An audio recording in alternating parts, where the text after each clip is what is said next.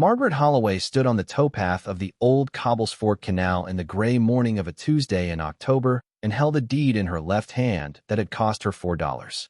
4 singles, paid out of her wallet to a woman at the county clerk's office in Forge Hollow, New York, who had counted them twice as if the math required confirmation, and then stamped the page with a small brass seal that made a soft metallic sound in the quiet office. If you're enjoying this story so far, don't forget to hit the like button and subscribe. Drop a comment telling me where in the world you're watching from. I love hearing from you. The Lockmaster's house was 80 yards down the towpath from where she stood, a 2-story stone building with a slate roof that had begun to fail in the southwest corner, 2 chimneys rising at either gable, and a wooden door painted a green so faded that the underlying gray of the wood had begun to show through. The canal beside it had not carried water in 47 years. The lock chamber was dry, the gates long since pulled. The iron mechanisms in the gate room beside the house rusted into a kind of permanent stillness. She was 78 years old. Her husband Charles had been dead for 9 months. She had 3 suitcases in the trunk of a Ford station wagon that was older than most of the cars on the road, and a manila folder with the deed inside it, and $4 fewer to her name than she had owned an hour earlier, which was a strange way to think about it, but was the truth. The wind moved along the towpath in the way wind moves in October in upstate New York, dry and steady, smelling faintly of wood smoke from somewhere she could not see. She did not move toward the house yet. She wanted to look at it from where she was standing first, to register the fact of it as something she owned now rather than something she had remembered for 70 years. Charles had been a high school history teacher for 33 years. He had taught American history mostly, with a small elective on the industrial history of New York State that he had built up over a decade, and taught with the particular pleasure of a man who got to spend an hour a day talking about the things he cared about. He had retired at 65. He had been retired for 13 years when the diagnosis came, a stomach cancer found late and treated aggressively for 14 months. He had died on a Thursday morning at home with Margaret beside him and a window open to the early light. They had been married for 38 years. The marriage had been a second one for both of them. Margaret had lost her first husband in her 30s in an accident on Route 17 in a winter storm, and Charles had been widowed in his 40s when his first wife died of an illness he never spoke about easily. They had met at a community college continuing education class on regional history in 1986. He had asked her to coffee on the 4th week. They had married in 1988 at the small Methodist church in Forge Hollow, and had lived in a house on Linden Street for the entire 38 years that followed, a clapboard 2-story with a screen porch and a garden Charles tended in the back. Lillian, Margaret's daughter from her first marriage, had grown up in that house mostly. She lived now in Rochester with her own family. The bills had begun arriving after the funeral the way bills do, in waves, with a quality of indifference to the circumstances of the recipient that Margaret found impossible to take personally, but also impossible to ignore. Charles had been careful with money in the way men of his generation often were careful, which meant that he had saved what he could save and had also made decisions in his last year that he had not told her about because he did not want her thinking about money while she was watching him die. He had taken a reverse mortgage on the house. He had used the money to cover the gap between Medicare and what the treatment actually cost. The arrangement had made sense if the treatment worked. The treatment had not worked. The house, after the accounting was finished, belonged to the bank. Margaret had understood this when Lillian explained it to her at the kitchen table 6 weeks after the funeral, with Lillian's husband David sitting quietly at the other end and the bank's letter spread out between them. She had understood it the way you understand a piece of weather that has already happened. The house was not going to be hers. The decision now was where she would live and how, and Lillian had brought a folder of options that Margaret had looked at and thanked her daughter for and set aside. Margaret had grown up in Forge Hollow. She had spent the first 16 years of her life in a small house on the south end of town, and her grandfather Edward Cates had spent the last 16 years of his working life as the lockmaster at Lock 23 of the Cobblesfork Canal, which by then was a regional canal only, the larger trade having moved to rail decades before. Edward had operated the lock from 1908 until the canal was officially abandoned by the state in 1924. After that, he had stayed on as the unofficial caretaker of the Lockmaster's house and the surrounding parcel until his death in 1956, when Margaret had been 8 years old. She had visited him at the Lockhouse every summer from the time she could walk. She remembered the smell of the stone walls in July, cold even on the hottest days. She remembered the sound of the gate room when he wound the small hand crank that still worked on one of the gear assemblies, a deep mechanical clicking that he would do for her amusement even though there were no gates left to raise. She remembered the iron stove in the kitchen, the rag rug on the parlor floor, the photograph of her grandmother on the mantel in a black wooden frame. She remembered him standing on the towpath in his shirt sleeves with a coffee cup in his hand, looking at the dry lock chamber as though he was still watching for a boat that was somehow going to come. She had not been back to the lockhouse since the summer she was 16. Her grandfather had been dead for 8 years by then, and the house had passed through several hands of estate administration until it was eventually conveyed to the Cobblesfork Canal Historical Society in the early 1970s as a token of local history that everyone agreed ought to be preserved and that nobody had any actual money to preserve. It had sat there for 50 years. The Historical Society had patched the roof twice and replaced a window once, and otherwise had not done very much. The notice had appeared in the Historical Society's quarterly newsletter the previous August, which Margaret received because Charles had been a member for many years and the membership had carried over after his death. The notice had been short. The Lockmaster's house at Lock 23 was being offered for sale for the symbolic sum of $4 to anyone willing to take on the responsibility of preserving it, with the understanding that the property carried no warranty of habitability or structural soundness, and that the buyer assumed all liability for whatever they found inside. The society could no longer afford the property taxes. If no buyer was found by November, the property would go to county tax auction, where it would almost certainly be acquired by a developer for the timber and stone on the parcel and demolished within a year. Margaret had read the notice once, set the newsletter aside, made dinner, eaten alone in the kitchen with the radio playing softly, and then come back to the newsletter at 9 o'clock that evening and read it again. She sat at the table with the newsletter and a cup of tea and looked at the photograph of her grandfather she kept on the wall beside the doorway to the living room. A small black and white image of him standing on the towpath at Lock 23 in 1922 with a tin coffee cup in his hand and the lock chamber full of water behind him. She thought about Charles. She thought about the bank's letter. She thought about the assisted living brochure on Lillian's folder.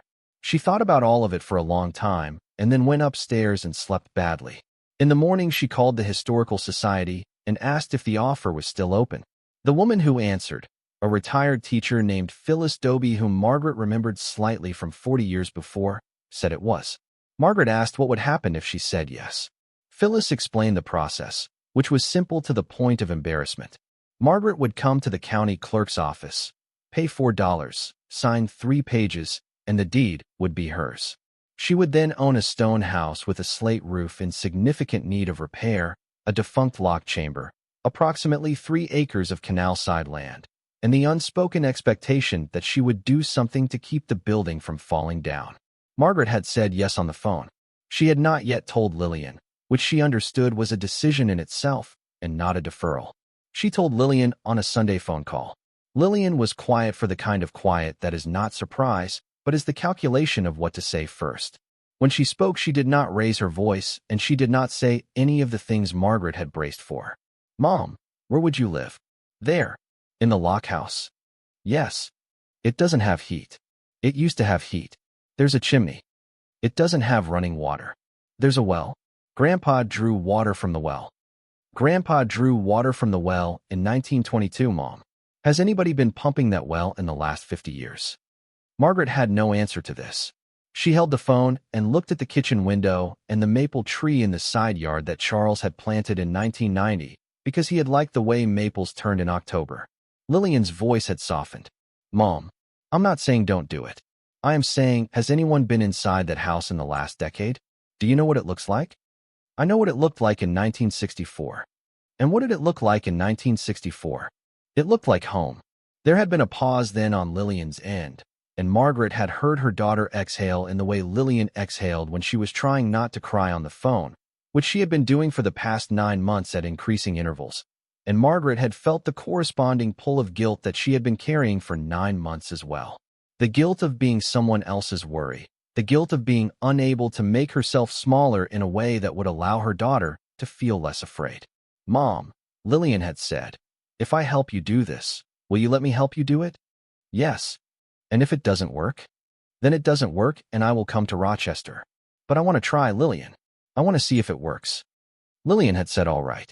She had said all right in the tone of someone who has made a decision to trust a thing she does not understand, because the alternative is to overrule a person she loves, and Margaret had understood the cost of that all right, and had not pretended she did not.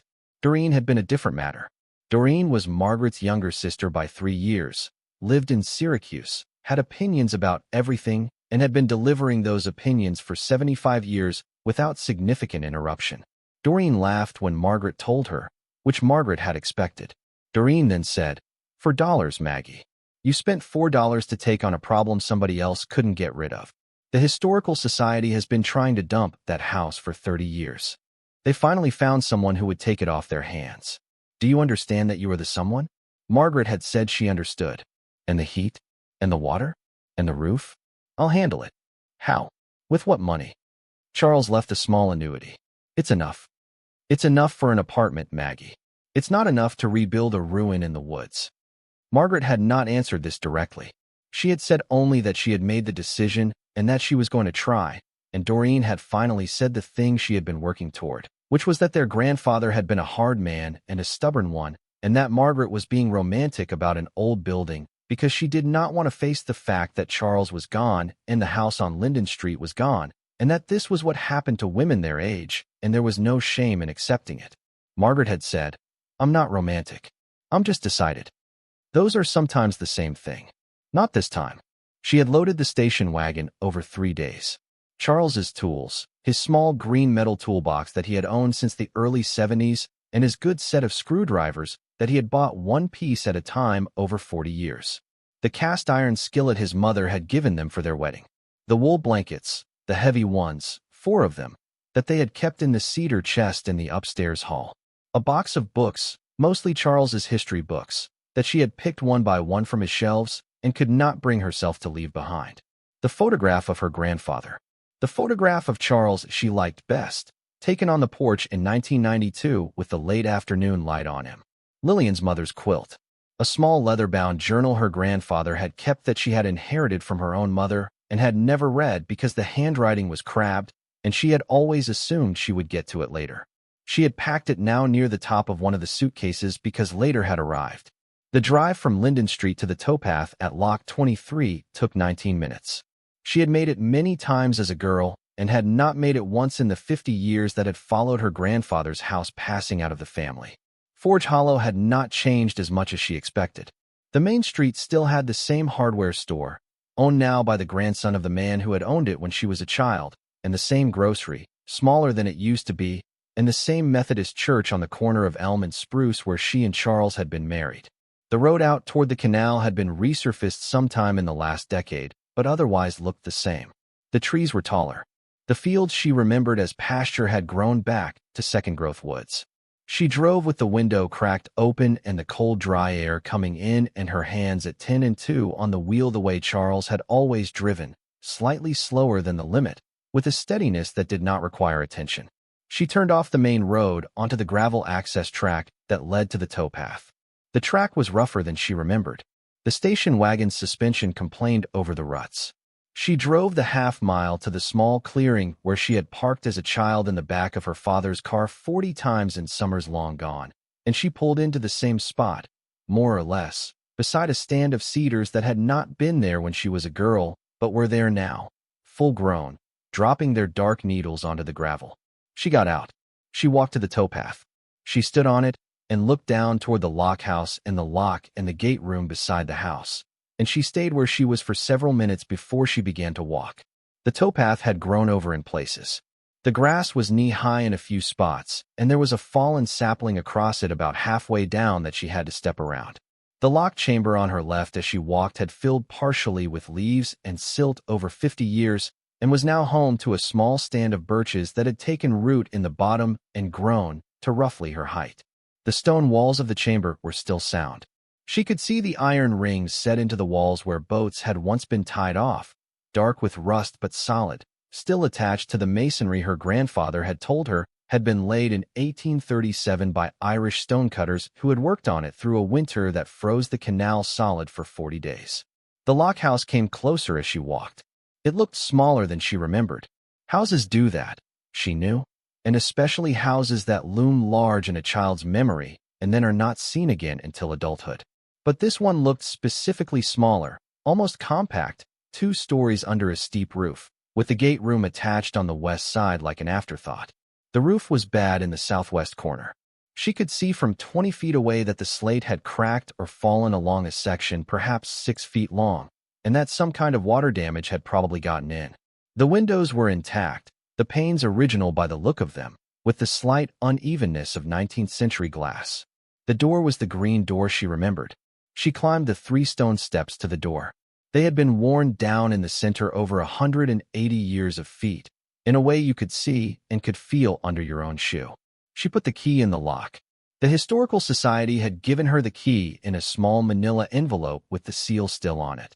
The same seal Phyllis Dobie's predecessor had pressed onto the envelope 40 years before when the key was placed inside, and the envelope was filed in a drawer to wait for whoever would eventually need it. The lock turned. The door opened inward. She stepped into a hallway that smelled of cold stone and old wood, and something else underneath both that she could not immediately place, but that struck her with the force of a smell remembered from childhood, the way some smells will, going directly to a place in the brain that does not negotiate with the present. She stood in the hallway and let her eyes adjust. The light was thin, coming in through windows that had not been washed in a generation, but it was enough. The parlor was on her left. The rag rug was gone. The iron stove was gone. The mantel was still there, the wooden one her grandfather had built himself from a piece of chestnut he had salvaged from a barn that came down in a windstorm in 1919. The photograph of her grandmother in the black wooden frame was not there, of course, and had not been there since 1956, but she could see exactly where it had stood, the small rectangle of unfaded wood on the mantel where the frame had blocked the light for 32 years. The kitchen was to the right. The iron stove was gone from there too, but the chimney was still there and the hearth still there, and the small built-in cabinet beside the back window where her grandfather had kept his tin cups and his tobacco tin and a single jar of horehound candies that he had kept replenished for 40 years even after his own children were grown, because by then there were grandchildren. Margaret walked slowly through both rooms. She did not touch anything yet. She wanted to see the house first as it was. She wanted to take its condition without sentiment so that she could know what she was working with, because sentiment without information was just a feeling, and she had not driven 19 minutes to indulge a feeling. She had come to make this place habitable. She had come to live here. She had come, and she would not have used the word out loud, but she would have admitted it to herself if asked, to come home. The staircase was at the back of the hall. She did not go upstairs yet. She wanted to see the gate room first. The door to the gate room was at the end of the hallway, a heavy door bound in iron, the kind of door built into a stone wall to separate the working part of the lockhouse from the living part. It had been her grandfather's habit to keep that door closed because the gate room was unheated and full of grease and not a place for a small granddaughter to wander, but he had taken her into it on many occasions, holding her hand, showing her the gear assemblies, letting her work the small hand crank on the southernmost winch while he kept his other hand near her shoulder. She put her hand on the door and pushed. The hinges, oiled by no one in 50 years, resisted briefly and then gave. The door swung inward with a slow groan. The gate room was darker than the rest of the house because it had only one window, and that window was small and high and partially blocked by ivy from outside. She let her eyes adjust again. The iron machinery rose out of the gloom slowly as her vision cleared, the 2 great winch assemblies still in place against the south wall, the gear chains hanging slack from the upper assemblies, the floor of stone slabs set into the dirt with the central drainage channel still visible running toward the canal side wall. The smell was different in here, more mineral, with a base note of old iron and grease that had hardened over the decades into something almost dry. She stood in the doorway for a moment before she crossed the threshold. On the far wall, mounted at chest height, was a small wooden cabinet she had no memory of at all. It was perhaps 2 feet wide and a foot tall, with a single door fastened by an old iron hasp. She had been in this room dozens of times as a child, and she could not recall ever seeing that cabinet. She knew the south wall by heart. She knew the winches and the gear assemblies and the small workbench where her grandfather had kept his tools. She did not know that cabinet. She walked toward it slowly. The stone floor was cold through the soles of her shoes. She passed the winches, ran her hand along the cold iron of the nearest gear housing, and stopped in front of the cabinet on the far wall. The hasp was secured by a small padlock. The padlock was old but did not look as old as the cabinet, which meant it had been added later by someone who wanted what was inside the cabinet to stay there. Margaret stood looking at it for a long time. Outside, the wind moved along the towpath. A bird called once from somewhere in the cedars. She put her hand on the wooden door of the cabinet, just to feel the wood, and she did not try the padlock yet. She had a feeling, the kind of feeling she had learned over 78 years to take seriously, that whatever was behind the cabinet door was something she should be ready for before she opened it. And she was not ready yet. She turned around and walked back through the gate room and back through the hallway and out the green front door and down the 3 worn stone steps to the towpath. She stood on the towpath with her hand on the deed in her coat pocket and looked at the lockhouse and let herself feel, for the first time, the size of what she had just done. She had no electricity. She had no water that she had yet confirmed would draw. She had a slate roof that was actively failing in one corner and a building that had been unheated for half a century and the better part of October ahead of her before real cold came. She had Charles's tools in the station wagon and Lillian's worry on the other end of a phone signal that she had not yet tested for strength out here. She had her grandfather's leather journal in the top of a suitcase and $4 less than she had owned this morning. She had a padlocked cabinet in the gate room that she did not remember and that someone had, at some point in the long quiet of this property's last century, decided was worth securing. She stood on the towpath until the cold began to come up through the soles of her shoes, and then she walked back to the station wagon to start unloading. She unloaded the station wagon in 3 trips. The October light was already moving toward evening by the time she carried the last suitcase across the threshold, and she did not have time before dark to do more than set the basics into the parlor and get a fire going. There was no electricity. The line at the road had been disconnected 40 years before, and the Historical Society had never bothered to reconnect it. But there was a fireplace, and there was firewood that someone had stacked against the north wall of the house under a tarpaulin some years ago, dry enough on the inside of the stack to burn. Charles's small camp stove came out of the toolbox first. She set it on the hearth and unfolded the legs and primed it the way he had shown her on the one camping trip they had taken in 1994, which she had not remembered she remembered until her hands were doing the motions. She had a propane canister and 3 cans of soup. She lit one of the candles she had brought, set it in the window facing the lock chamber, and let it burn while she made dinner because some part of her wanted the lockhouse to have a light in its window for the first time in 50 years, even if there was no one outside to see it. She ate slowly. The soup was tomato. The fire took some coaxing and finally caught, and the parlor warmed slowly from a cold that was deeper than air cold, that had settled into the stone walls over half a century and would have to be drawn out by degrees. She called Lillian from the porch step because the signal was better outside. She reported that she had arrived, that the house was structurally fine in the parts she had seen, that the fireplace drew well, that she had eaten dinner and would sleep in the parlor tonight, and that she would call again in the morning. Lillian asked careful questions, and Margaret answered them carefully, and they hung up after 11 minutes with both of them feeling slightly better than they had felt before the call. She did not open the leather journal yet. She had brought it as far as the parlor and had set it on the small wooden table beside the chair she had pulled close to the fire, and she looked at it, but did not open it. It would still be there in the morning. The grandfather who had written it had been dead for 68 years. He had waited that long. He could wait until she had slept once in the house. She slept on a folded blanket on the parlor floor with the fire down to coals and the cast-iron skillet sitting on top of the candle in the window, because the candle had blown over twice in the night drafts, and she had decided after the second time to set the skillet on it as a weight rather than risk a third time. She woke once at 2 in the morning to add a log. She woke again at 5:30 to the kind of cold that comes through old stone walls in the hour before dawn, and pulled the wool blanket tighter and slept until 7, when the light came up the towpath and the room began to brighten. In the morning, she made coffee on the camp stove and drank it standing at the kitchen window looking out at the dry lock chamber. The mist was rising out of the leaves at the bottom of the chamber. The birches she had seen yesterday were going yellow at the tops. A pair of jays moved through the cedars across the canal, calling back and forth in the indifferent way of jays in autumn. The well was the first practical question. She walked out the back door to where she remembered the pump being, and the pump was still there, an iron hand pump set in concrete, painted dark red sometime in the 70s and now faded to the color of dried brick. She had no idea whether it would draw. She found a bucket of water by the door that Phyllis Doby had set there for her, a small kindness that Margaret had not asked for and was grateful for, and she primed the pump the way her grandfather had shown her when she was 6 years old, pouring a slow, steady stream into the top while she worked the handle. The pump complained. She kept at it.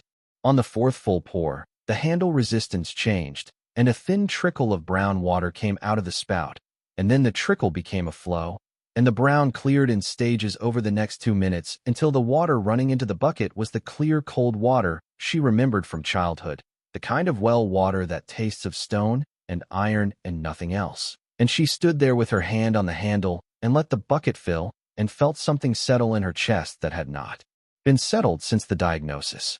She had water. That was Tuesday. By Thursday, she had a working sense of the property. The roof was bad in the southwest corner, as she had seen from the towpath, and would need to be patched before any serious weather came. The chimneys both drew. The well drew. The windows were all sound except for one upstairs that was cracked, but not broken through. The interior had no insulation worth mentioning, and the floors were drafty in a few specific places, but the stone walls held heat once heat was in them, and the parlor with a fire going was warm enough for a woman in 2 sweaters to live in. The money was the harder problem.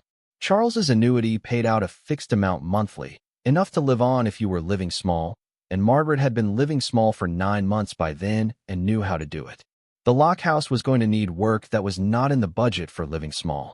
She sat at the kitchen table on the Thursday afternoon with a yellow legal pad and a pencil and wrote out the numbers the way Charles had always written out the numbers when something needed thinking through.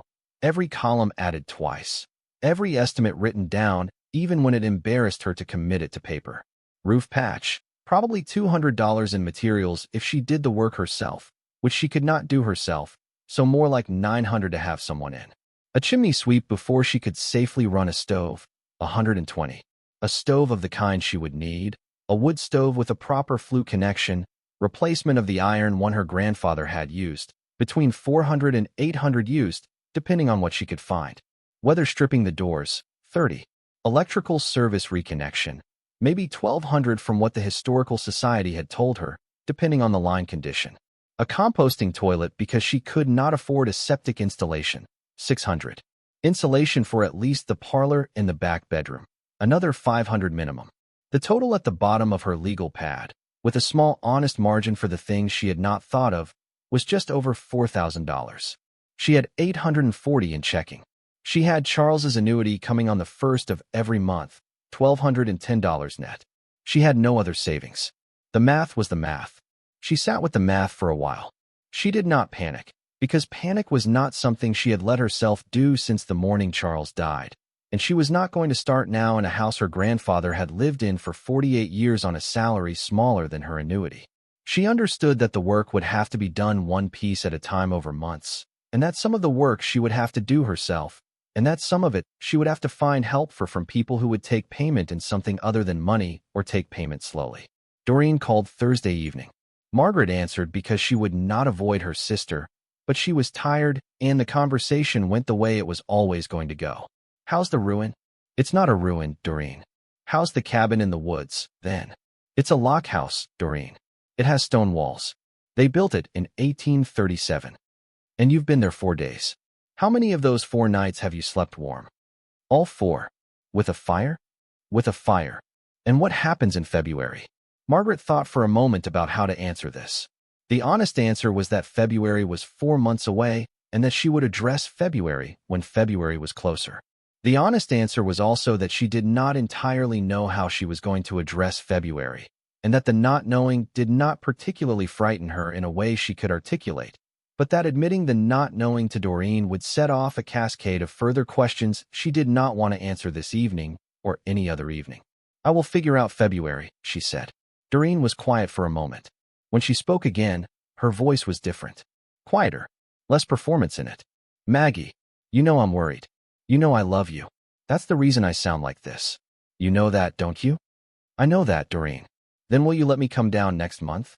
I'll bring some things. I'll bring my truck. I won't tell you what to do. I will just bring some things and stay overnight and drive home. Margaret had not expected this. She accepted it with the cautious gratitude of a woman who knew her sister well enough to know how much the offer had cost her sister to make. I would like that, she said. After she hung up, she sat at the kitchen table with the wood stove she did not yet own in her mind, and the chimney she had not yet had swept, and the legal pad with the $4,000 number at the bottom, and she pulled the leather journal toward her at last and opened it. Her grandfather's handwriting was small and cramped and slanted to the right, and she had been correct that it would take some patience to read. The first pages were the daily log of a lockmaster, the kind of running record any man with a serious job kept for his own reference. Boat names, captains, tonnage, time of passage, weather conditions, water levels, ice notes for the winter months. The entries from 1908 were brief and businesslike. The entries from 1912 were a little longer. By 1918, he was writing several lines a day, and by 1920 he had begun including small observations that had nothing directly to do with the canal. The death of a neighbor, the late frost that killed his tomatoes, the visit of his daughter and her 2 children from town. By the entries from the mid-20s, Margaret began recognizing names she knew. Her mother, her aunt, her own name, on August 14, 1949, when she would have been a year and a half old, in a line that read, "May brought Margaret out for the day. Pulled the southern crank for her." She laughed at the sound. A child with a memory of mechanical things runs in the family. Margaret had to set the journal down for a moment after she read that. She read on. The canal closure in 1924 was recorded with a kind of stoic brevity that she recognized as her grandfather's response to disappointment. He had stayed on at the property. The Historical Society had not yet existed in those years, but the state had paid him a small stipend as caretaker through the late 20s. The stipend stopped in 1932. From 1932 on, he was on his own savings. There was an entry from March of 1933 that made her stop reading. "Banks closed today. They will reopen, the radio says, but Emil from the feed store says he does not believe it. He has lost his savings already. I will go to the bank in Forge Hollow next week and see what is what. Until then I will not be putting any more in." There was an entry from April of 1933 that was shorter. "Drew out what I could draw out. Less than I had hoped. Will hold what I have here."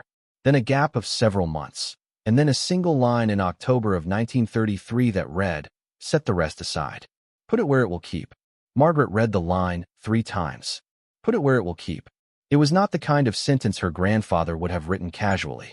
He had been a man who wrote down what he meant in the fewest words required, and the words he had chosen were specific.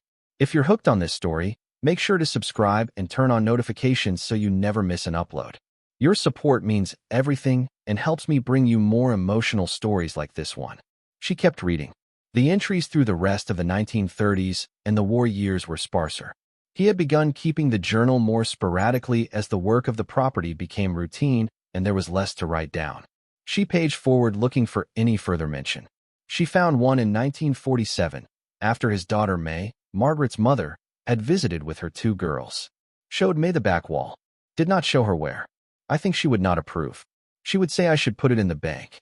The bank has not earned that trust from me and will not in my lifetime. And one from 1951. Margaret is 3. She watches everything. I think someday she will be the one to come back here. Margaret closed the journal slowly.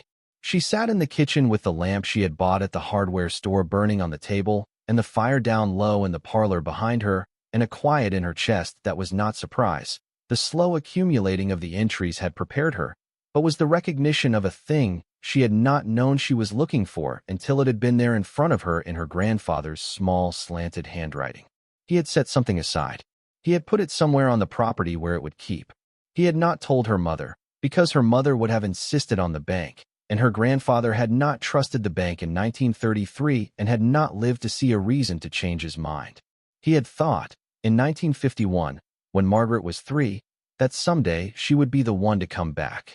She got up from the kitchen table and walked through the dark hallway to the gate room door. She had not been back into the gate room since the first afternoon. She opened the door and went in and stood in front of the cabinet on the far wall, and looked at the padlock. She did not have a key to the padlock. She had a hammer in Charles's toolbox. She went back to the parlor and got the hammer and a chisel and came back into the gate room with the kerosene lantern she had bought to supplement the candles. And she set the lantern on the workbench so the light fell on the cabinet. And she set the chisel against the hasp where the padlock body met the cabinet frame, and she struck the chisel once with the hammer. The hasp gave on the second strike. The screws came out of the wood. The padlock fell to the stone floor with a small definite sound. She opened the cabinet. Inside, on a shelf of bare wood, was a folded canvas bag the size of a man's wallet, a small brass key the length of her thumb, and a single sheet of paper folded in half. She lifted out the paper first because the paper would tell her what the other two things were for. The paper was her grandfather's handwriting. It was dated October 11th, 1933. To whoever finds this, I have set aside the savings of my working life because I do not trust the banks and I do not trust the country in the year we are in. I do not know who will read this. I hope it is one of my own. The key in this cabinet fits a lock you will find under the third stone from the south wall, the one with the small cross cut into the corner. Lift the stone. There is a chamber beneath. What is in the chamber is for whoever needs it. If you are a member of my family, take what you need with my blessing. If you are a stranger who has come into possession of this house, I ask only that you treat what is below with the seriousness it has earned by the long quiet of having been kept. Edward Cates. Margaret stood with the paper in her hand for a time she did not measure. She read it once. She read it again. She picked up the brass key and felt the weight of it in her palm, and then she opened the canvas bag because she could feel that there was something inside it. And what was inside? It was a small wooden token the size of a coin, with the same small cross cut into one face that her grandfather had described being cut into the stone. She turned with the lantern and looked at the floor of the gate room. The stones were laid in courses running parallel to the south wall. She counted from the south wall outward. The first stone was the one immediately at the base of the wall. The second was the one north of it.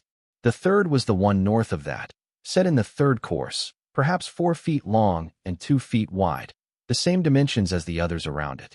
She held the lantern low and walked to it. She crouched, which her knees protested, and she ran her fingers along the corner of the stone nearest the south wall. The cross was there, small, cut shallow, the kind of mark a man could make with a chisel in 5 minutes, and that would persist for 100 years in stone. She had walked over it as a child. She had not looked at the floor in this room as a child because the gear assemblies were the interesting thing, and the floor was just the floor. She straightened. She set the lantern on the workbench. She took Charles's pry bar out of his toolbox and brought it back to the stone and worked the flat end into the seam along the south edge of the slab, and she leaned her weight into it carefully. The stone moved. Not much, but it moved. It had been laid as a fitted cover rather than as a foundation stone. She worked the bar further in and applied pressure again, and the stone lifted at the south edge by perhaps an inch, and she could see the dark void below. She stopped. She straightened up. Her knees and her back were both complaining now, and her hands were shaking, and she made herself stand still for a moment and breathe, and not try to do this faster than her 78 years would allow. When she had her hands steady, she went back to work on the stone. It took her 20 minutes to walk it out of its setting, 1 inch at a time, alternating ends, sliding it slowly to the side. When it was clear, she set the pry bar down. She picked up the lantern. She knelt at the edge of the opening. Below the stone, set into a chamber lined on all 4 sides with brick, was a small wooden chest the size of a footlocker. It was bound in iron at the corners. It had a single hasp on the front secured by a lock that her brass key was going to fit. Margaret knelt at the edge of the opening for a long time with the lantern in her hand and her hand shaking against the lantern. The light moved on the brick walls of the chamber and on the iron-bound corners of the chest, and she looked at it and could not yet bring herself to reach down. Her grandfather had set this here in October of 1933, when he had been 56 years old. He had set it, and he had lived another 23 years on this property, and had never told anyone in his family about it. Not his daughter who would have made him put it in the bank, not his granddaughters who were too small to be told. He had written the note in the cabinet, and locked the cabinet, and waited. He had waited longer than any man can reasonably expect his secret to be kept by an inanimate house. He had waited through the property passing out of the family in the 1970s. He had waited through 50 years of historical society neglect.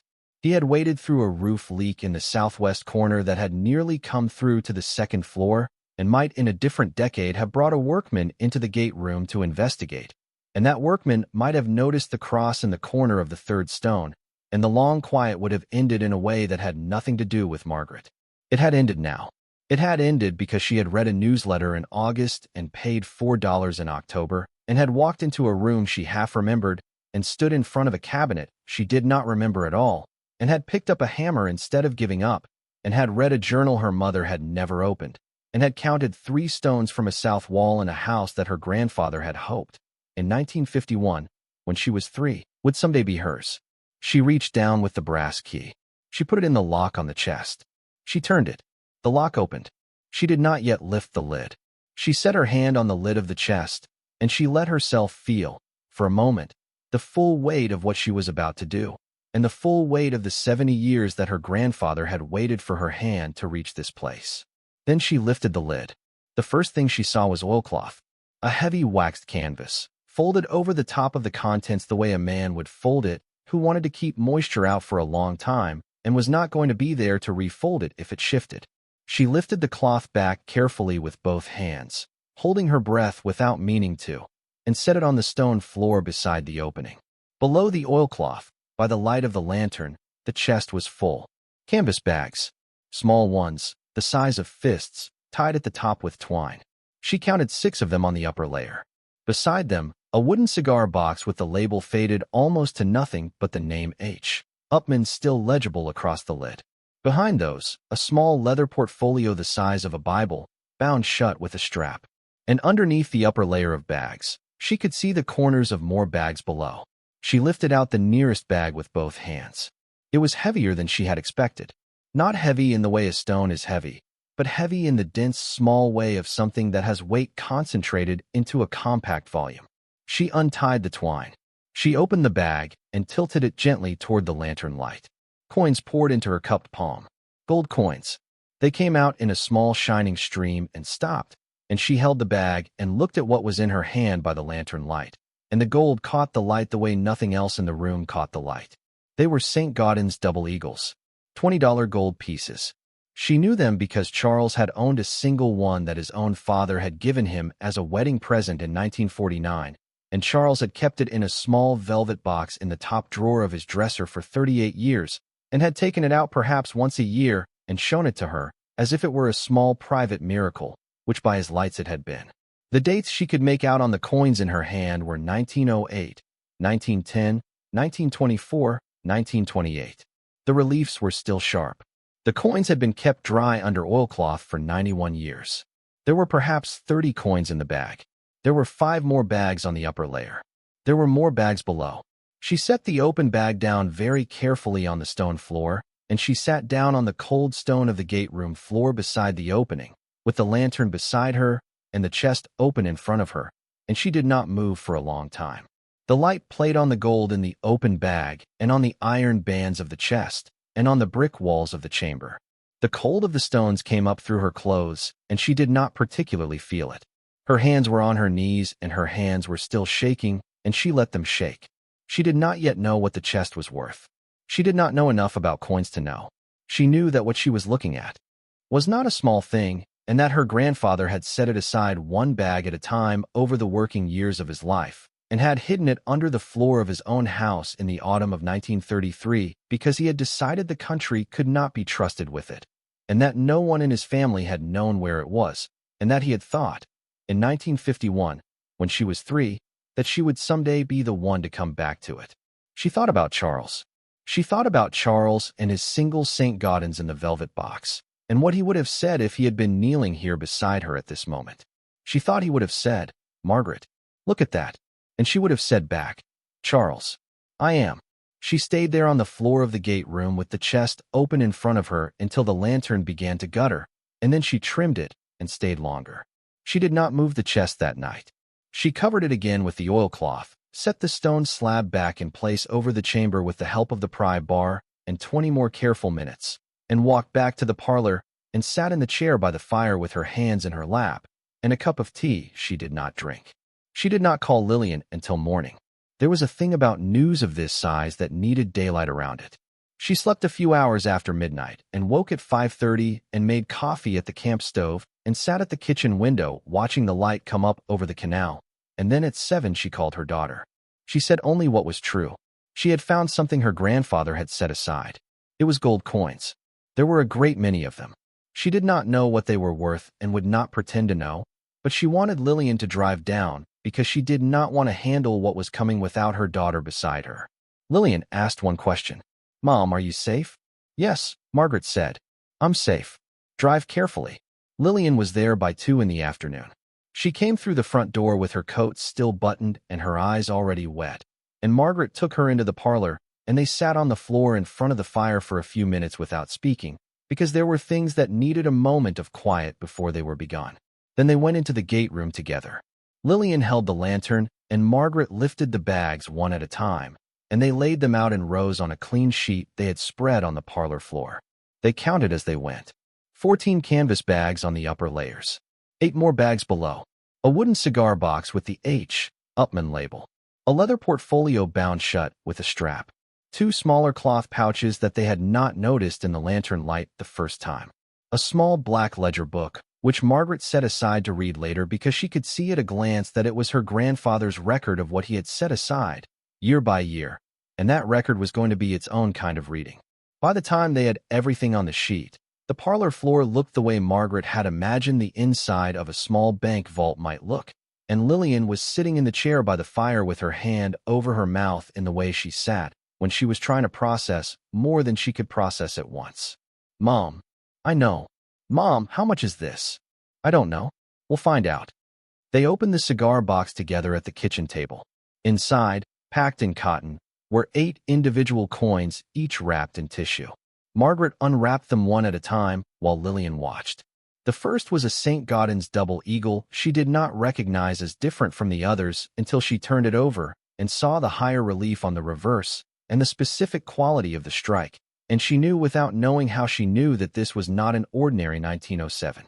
"Charles told me about this one," she said quietly. "He saw one once at a coin show in Pittsburgh in 1981. He talked about it for a week afterward. It's a 1907 ultra high relief. He said only a few of them are still in private hands." She set it back on the cotton carefully. The other 7 were similar in kind, coins that had been curated rather than accumulated. A 1927 D double eagle, an 1870 CC, an 1854 O, a 1796 quarter eagle that did not belong with the others by date and that her grandfather must have come into separately. 2 early dated Liberty heads. And the last one, wrapped in 2 layers of tissue rather than one, an early date half-eagle Margaret did not even recognize until she turned it over and read the year. She knew enough from Charles to know what she was looking at. She set the half-eagle on the cotton beside the others and sat down in the kitchen chair. "Lillian," she said, "I think your great-grandfather knew more about coins than he ever told anyone." The 2 cloth pouches they had set aside opened to reveal silver. Morgan dollars in one, 53 of them, each in a small paper sleeve her grandfather had cut and labeled with the year. Peace dollars in the other, perhaps 40 more. The dates ranged from the 1880s through 1928. Some of the sleeves had pencil notations in her grandfather's hand. "Good strike on one. Carson City on another. Bought from F. Eli in 1922 for $3.50 on a third." He had treated each coin as an individual decision. He had recorded the decisions. He had filed them away as part of a record he expected someone, eventually, to read.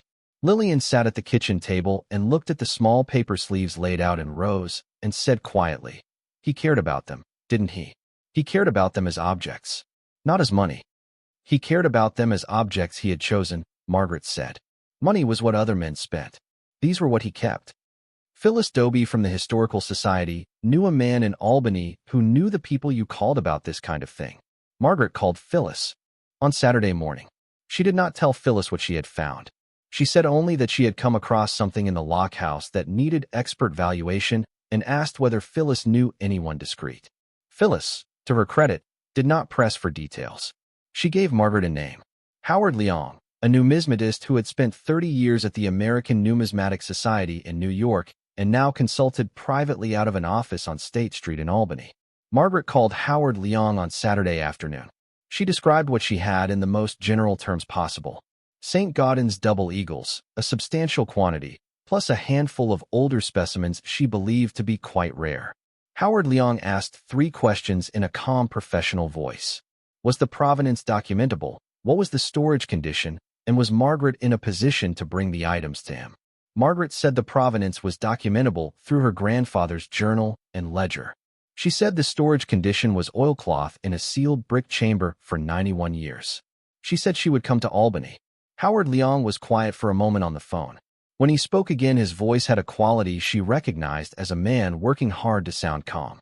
Mrs. Holloway, I will see you Monday morning at 10. Lillian drove. Margaret rode in the passenger seat with a metal toolbox between her feet that contained the chest's full contents arranged in the same order they had found them, plus the grandfather's journal and the small black ledger.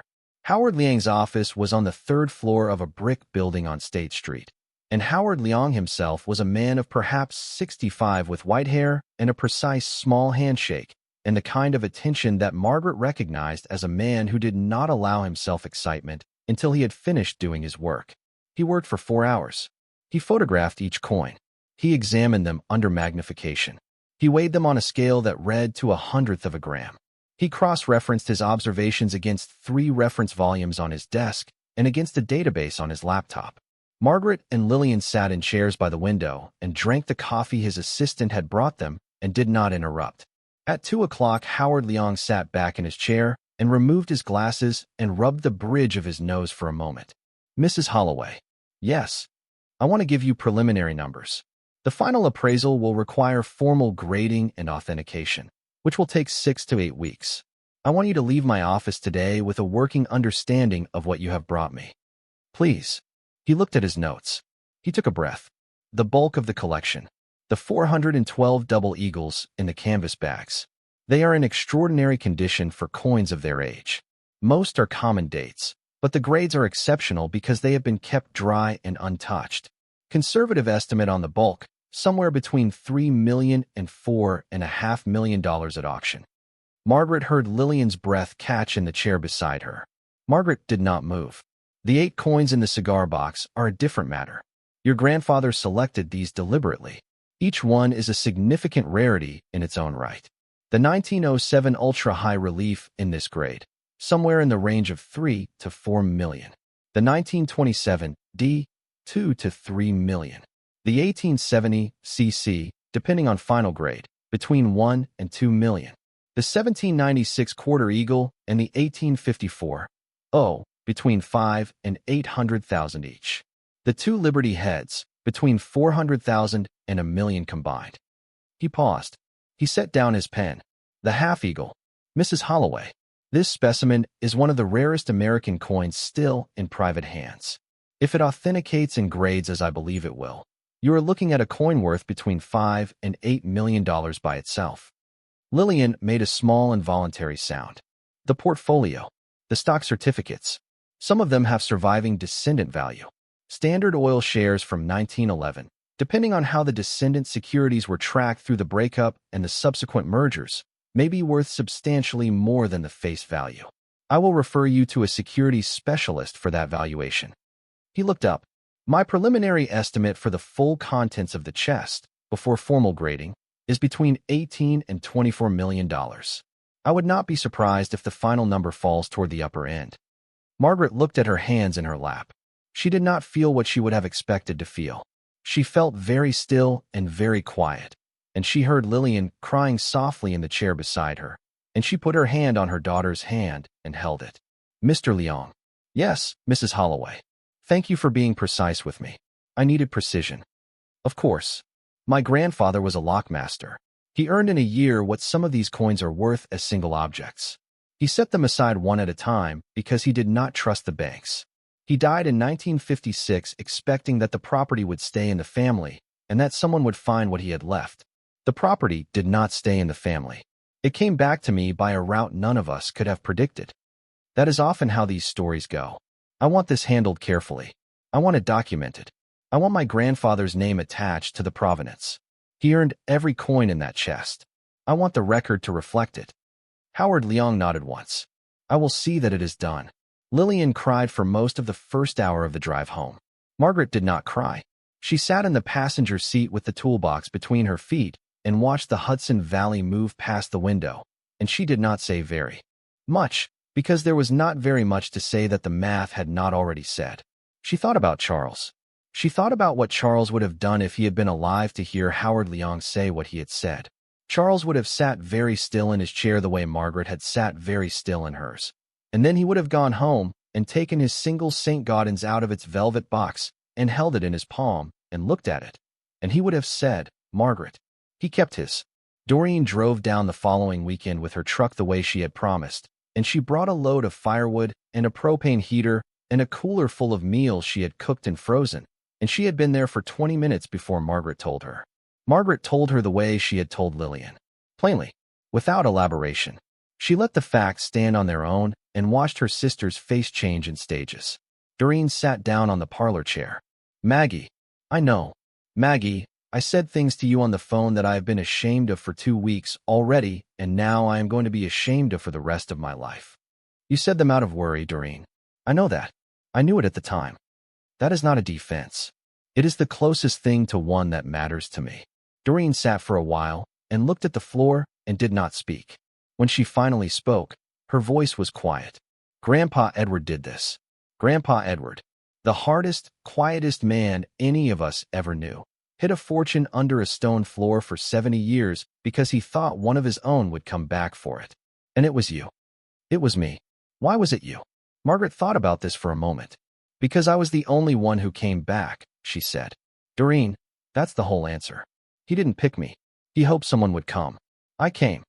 Phyllis Doby was the next conversation, and Margaret had it on the porch of the Historical Society's small office in Forge Hollow on a Tuesday morning 2 weeks later. She told Phyllis what had been in the chest. She told Phyllis what Howard Leong had said. And then she told Phyllis what she intended to do. "I am keeping the lockhouse. The Historical Society has the right of first refusal in the deed if I ever try to sell, which I am not going to. I am going to fund the preservation of every remaining lock structure on the Cobblesfork through an endowment in my grandfather's name. I want the Lockmaster's house at Lock 23 to be the headquarters.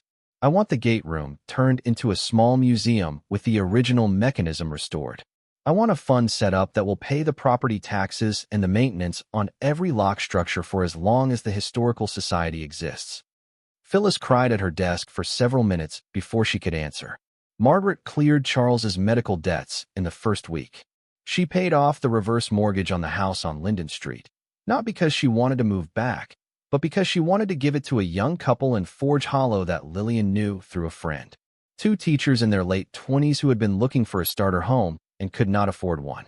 The transfer happened in November. The couple brought flowers to the Lockhouse on a Saturday afternoon and stood on the porch with tears in their eyes and tried to say something Margaret would not let them say. And she sent them home with cookies instead. She set up a college fund for Lillian's 2 children that would cover whatever they wanted to study, wherever they wanted to study it. She wrote a check to a diner in Harrisburg called Maggie's, which was a place she had read about in a newspaper article and that had taken in another young woman who had needed help, and she did this anonymously because she did not want thanks for it. She paid Howard Leong's commission and the auction house fees as the rare coins went to sale over the following spring, one at a time, with each lot bearing a small line of provenance text that read simply from the savings of Edward Cates, Lockmaster, Cobblesfork Canal, 1908 to 1924. The first auction was in March. The 1907 Ultra High Relief sold for $3.5 million to a private collector in Texas who had been waiting for a specimen of this grade for 20 years. The Half Eagle went in May for $6,200,000. The story made the regional papers and then the national papers, and Margaret answered 3 of the calls from reporters with the same brief statement, which Howard Leong had helped her draft. Edward Cates worked an honest job for an honest wage for the whole of his working life. The savings he kept were savings he had earned. The provenance is his. The story is his. I am only the one who came back. She read the small black ledger over a week of evenings in November. The fire in the new wood stove drew well, and the parlor was warm, and she sat in the chair by the window with the ledger on her lap and read her grandfather's accounting in his small slanted handwriting. He had recorded every coin, every purchase, every dollar set aside. The earliest entry was from January of 1909, a single $20 gold piece he had been paid for the year-end accounting of the lock, and which he had decided to keep rather than spend. He had written beside it, "First of what I keep." The entries continued for 47 years. The last one was from the spring of 1956, 3 months before his death. It read, "Saved out one more this month. The grandchildren are growing. I think the older girl, Margaret, has the right kind of stillness for what is waiting here. I hope I am not wrong." Margaret had set the ledger down and stood at the window for some time after she read that entry. She did not move out of the lockhouse. She had the roof properly repaired in November before the snow came. She had the electrical service reconnected and the well pump replaced with a modern one that did not require priming on cold mornings. She had a wood stove installed in the parlor and a smaller one in the kitchen and proper insulation put into the upstairs bedrooms. All of it done by local craftsmen. She paid well and on time. She kept her grandfather's original chestnut mantel. She kept the cabinet in the gate room with its broken hasp and its empty interior, because the cabinet had been part of how the story had happened, and she did not want to lose the part of the story that the cabinet had held. She had a small brass plaque mounted on the wall beside the gate room door. It read, "Edward Cates, Lockmaster at this station, 1908 to 1924, caretaker until 1956.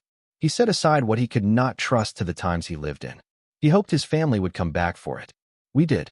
She had Charles's photograph framed and hung in the parlor over the mantel. She put her grandfather's photograph beside it. She put her own beside that one. The three of them, in a row. The gate room opened to visitors on a Saturday in late June. The 2 great winch assemblies had been cleaned and lightly oiled, the gear chains rehung, the small workbench restored. The cabinet on the far wall hung open the way Margaret had left it the night she broke the hasp, and beside it a typewritten card explained what had been inside. The 3rd stone from the south wall had been replaced over the chamber, but a hinged trap had been built into it so visitors could see the brick-lined space below. Schoolchildren from Forge Hollow came on field trips that fall. Phyllis brought them through in groups of 8, and Margaret, when she felt like it, would come out from the parlor in her cardigan and answer their questions in the patient way her grandfather had once answered hers. The questions she got most often were the same too. How did your grandfather know to hide it where he hid it? And were you ever afraid the night you opened the chest? She answered the first one with a story about the bank holidays of 1933. She answered the second one with the truth, which was that she had not been afraid, because by the time she had reached the chest, she had read enough of her grandfather's writing to know that what was waiting for her in the brick chamber was being handed to her by a man who had loved his family more than he had let any of them see. In April, she sat on the porch step in the early evening with a cup of coffee and watched the light go down over the locked chamber, which she had paid to have cleaned out that winter. The birches removed, the silt dredged. They had not refilled it with water. Refilling it would have required permits and engineering she did not have the patience for. But the chamber was clean now, and the stone walls were visible all the way down, and the iron mooring rings were polished to a dull dark shine. It looked the way it had looked in the 1922 photograph of her grandfather. It looked like a place that had recently been useful. She thought about how she had stood on this towpath in October, 6 months before, with the deed in her hand and $4 fewer in her wallet than she had owned that morning. She thought about Doreen's voice on the phone saying what happens in February. February had come and February had gone, and she had handled it because the work had already been done by then. The roof patched and the heat in and the wood stove drawing well, and Doreen had come for a weekend in the middle of February, and they had sat in the warm parlor and read books and not talked much. She thought about her grandfather setting 1 St. Gaudens at a time into a canvas bag at the kitchen table in this house in 1916 and 1917 and 1918 and on through the years. She thought about him cutting the small cross into the corner of the 3rd stone with a chisel one afternoon in 1933 while no one was watching. She thought about the leather journal she had read every page of by then, and about the line in 1951 that had said, "Margaret is 3. She watches everything. I think someday she will be the one to come back here." She had been the one. She had not chosen to be. The choosing had gone the other way. Charles had been the one who had died first. The bank had been the one to take the house on Linden Street. The newsletter had been the one to find her in August. The deed had been the one to cost $4. The newsletter and the deed and the bank and Charles's death had all conspired to point her at the gravel access road in October. She had only done the part that was hers. She had read the notice. She had paid the $4. She had driven the 19 minutes. She had walked the towpath. She had opened the door. She had picked up the hammer when there was no one to hand her a key. She had read the journal her own mother had not read. She had counted 3 stones from a south wall. That was the part of the story that had been hers to do, and she had done it. And the rest had been her grandfather's 70-year patience finally meeting a granddaughter who was ready to be met. The light went down over the lock chamber. The cedars across the canal went black against a sky that was still pale. A pair of ravens moved along the ridge, calling back and forth in the low conversational tone of birds who were not alarmed, only accounting for each other across a short distance. Margaret finished her coffee. She did not go inside yet. She sat on the porch step and listened to the evening. The wind in the cedars, the small settling sounds of the stone walls as they cooled, the river audible in the distance the way it had been audible in the distance the day her grandfather had stood on this towpath in his shirt sleeves with a tin coffee cup in his hand, looking at the lock chamber as though he was still watching for a boat that was somehow going to come. The boat had come. It had taken 70 years to arrive. It had come up the towpath in October, driven by a 78-year-old widow with 3 suitcases and a manila folder, and her grandfather, who had patience that exceeded the patience of any inanimate thing, had been waiting for it the whole time. She thought of Charles again. She thought of the way he would have stood on this porch beside her now, his hand on the porch rail, not saying very much, the way he had always been when something was too large for words. He would have approved of the lockhouse. He would have approved most of all of the small brass plaque beside the gate room door, of the part that said "we did." She went inside. She closed the door of the lockhouse against the April cold, and the lockhouse, with its repaired roof and its working stoves and its newly silent gate room, held the warmth. Thank you so much for watching until the end. If you love this story, check out the other videos on your screen now. I think you'll really enjoy them. And don't forget to subscribe if you haven't already. See you in the next story.